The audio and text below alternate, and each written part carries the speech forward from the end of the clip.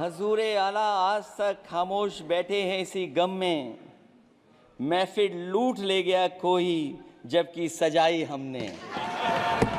आवाम ने तोड़ दिया हुकूमत का गुरूर, दरबार तो लगा है पड़ा गमगीन बेनूर है पर।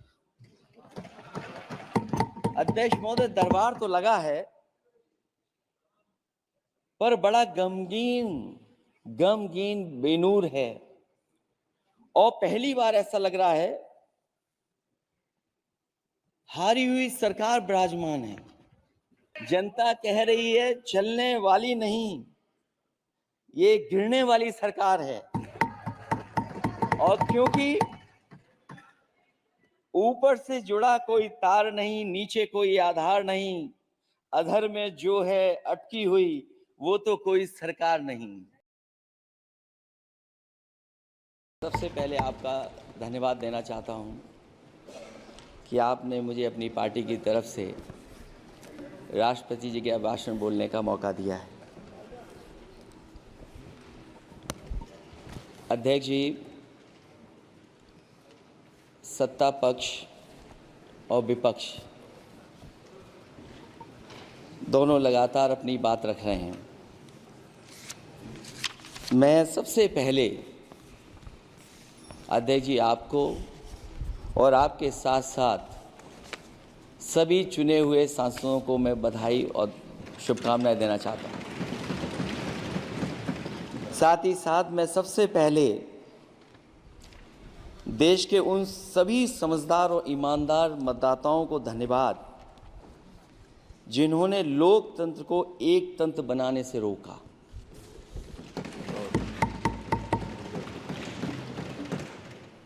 चुनाव के समय पर अध्यक्ष जी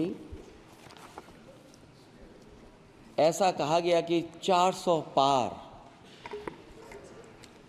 मैं समझदार जनता को फिर एक बार धन्यवाद दूंगा और मैं कुछ कहना चाहता हूं कि आवाम ने तोड़ दिया हुकूमत का गुरूर, दरबार तो लगा है पड़ा गमगीन बेनूर है पर। अध्यक्ष महोदय, दरबार तो लगा है पर बड़ा गमगीन बेनूर है। और पहली बार ऐसा लग रहा है हारी हुई सरकार विराजमान है। जनता कह रही है चलने वाली नहीं सरकार। अध्यक्ष महोदय, जनता कह रही है चलने वाली नहीं, ये गिरने वाली सरकार है। और क्योंकि ऊपर से जुड़ा कोई तार नहीं, नीचे कोई आधार नहीं, अधर में जो है अटकी हुई वो तो कोई सरकार नहीं। दरअसल पूरा इंडिया समझ गया है कि इंडिया ही प्रो इंडिया है। इस चुनाव में इंडिया अलायंस की नैतिक जीत हुई है। ये पीडीए इंडिया की सकारात्मक राजनीति, पॉलिटिक्स जो पॉजिटिव है, पॉजिटिव पॉलिटिक्स की जीत हुई है। ये इंडिया पीडीए की सोशल जस्टिस मुहिम की विक्ट्री है। 2024 का परिणाम हम इंडिया वालों के लिए जिम्मेदारी से भरा पैगाम भी है। और अगर हम यूं कहें अध्यक्ष महोदय कि 15 अगस्त 1947 अगर उपनिवेशिक राजनीति से आज़ादी का दिन था तो 4 जून 2024 देश के लिए सांप्रदायिक राजनीति से आज़ादी का दिन रहा। ये सांप्रदायिक राजनीति के अंत और सामुदायिक राजनीति की शुरुआत है। जहां सांप्रदायिक राजनीति का अंत हुआ है वहीं सामुदायिक राजनीति की शुरुआत हुई है। सबसे अच्छी बात हुई ये है कि इस चुनाव में सांप्रदायिक राजनीति की हमेशा के लिए हार हो गई है। अध्यक्ष महोदय, कहने को सरकार ये कहती है कि ये 5th लार्जेस्ट इकोनॉमी बन गई है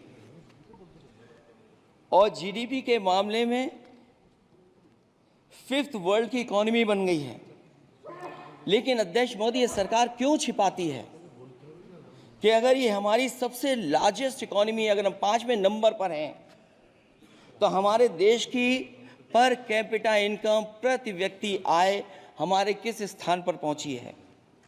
और हम लोगों ने तो अध्यक्ष महोदय देखा है कि अगर दिल्ली की सरकार ने कहा होगा कि $5 ट्रिलियन की इकोनॉमी बनेगी, तो जहां से प्रधानमंत्री जी चुन करके आते हैं, वहाँ का प्रदेश के सरकार भी कह रहे कि हम $1 ट्रिलियन इकोनॉमी बना लेंगे।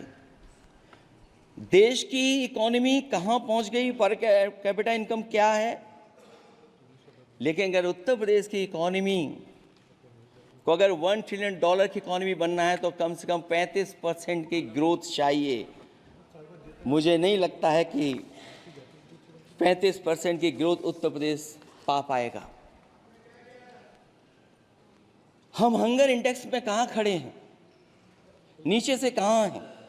जो 5th लार्जेस्ट इकोनॉमी की बात कर रहे हैं, वो इनइक्वालिटी के पैरामीटर पे कहाँ खड़े हैं, वो हैप्पीनेस इंडेक्स में कहाँ खड़े हैं। और जो लोग चुनाव को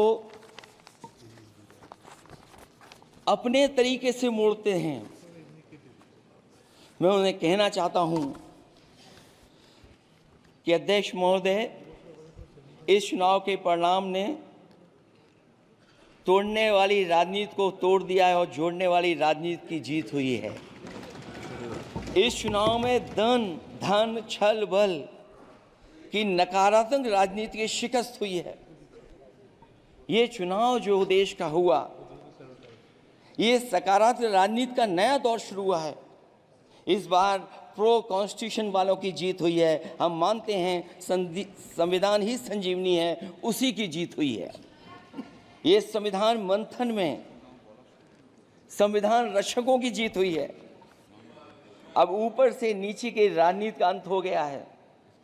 अब नीचे से जो समाज की जो आवाज़ उठेगी, वही राजनीति का आधार बनेगी। मैं कहना चाहता हूं कि देश किसी की व्यक्तिगत महत्वाकांक्षा से नहीं, जन आकांक्षा से चलेगा। मतलब अब मनमर्जी नहीं, जनमर्जी चलेगी। इस चुनाव का बड़ा पैगाम यही है।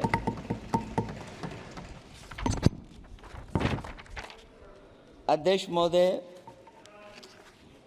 बहुत सी बातें हुई हैं। अगर उत्तर प्रदेश की बात न हो, क्योंकि अध्यक्ष महोदय सबसे बड़ा प्रदेश जहाँ है, उसने हर बार दूसरे दल को समर्थन देकर के सरकार बनाई। मैं उन्हीं लोगों से कहना चाहता हूँ कि लोग क्यूटो की फोटो लेकर बनारस की गलियों से लेकर के गंगा जी तक ढूंढ रहे हैं। उनको लगता है जिस दिन माँ गंगा साफ हो जाएंगी, शायद उस दिन कहीं क्यूटो उसकी गोद में कहीं मिल जाएगा। बनारसी लोग चाहते हैं कि कोई गंगा जी के भी तल में उतरकर उसका दर्द भी जाने। उत्तर प्रदेश की जनता का बस यही आग्रह है कि जिस गंगा जल को हाथ में लेकर सच कहने की कसम खाई जाती है, कम से कम उस गंगा जल से तो झूठ ना बोला जाए।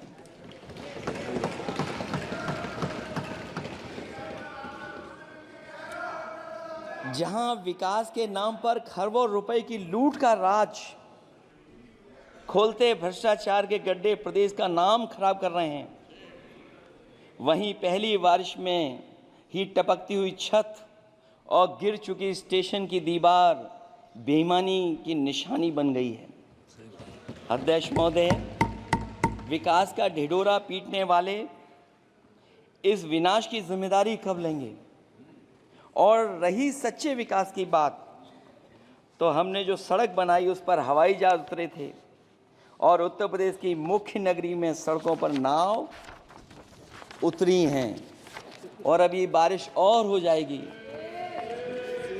तो नाव से भी चलना पड़ेगा। यही स्मार्ट सिटी के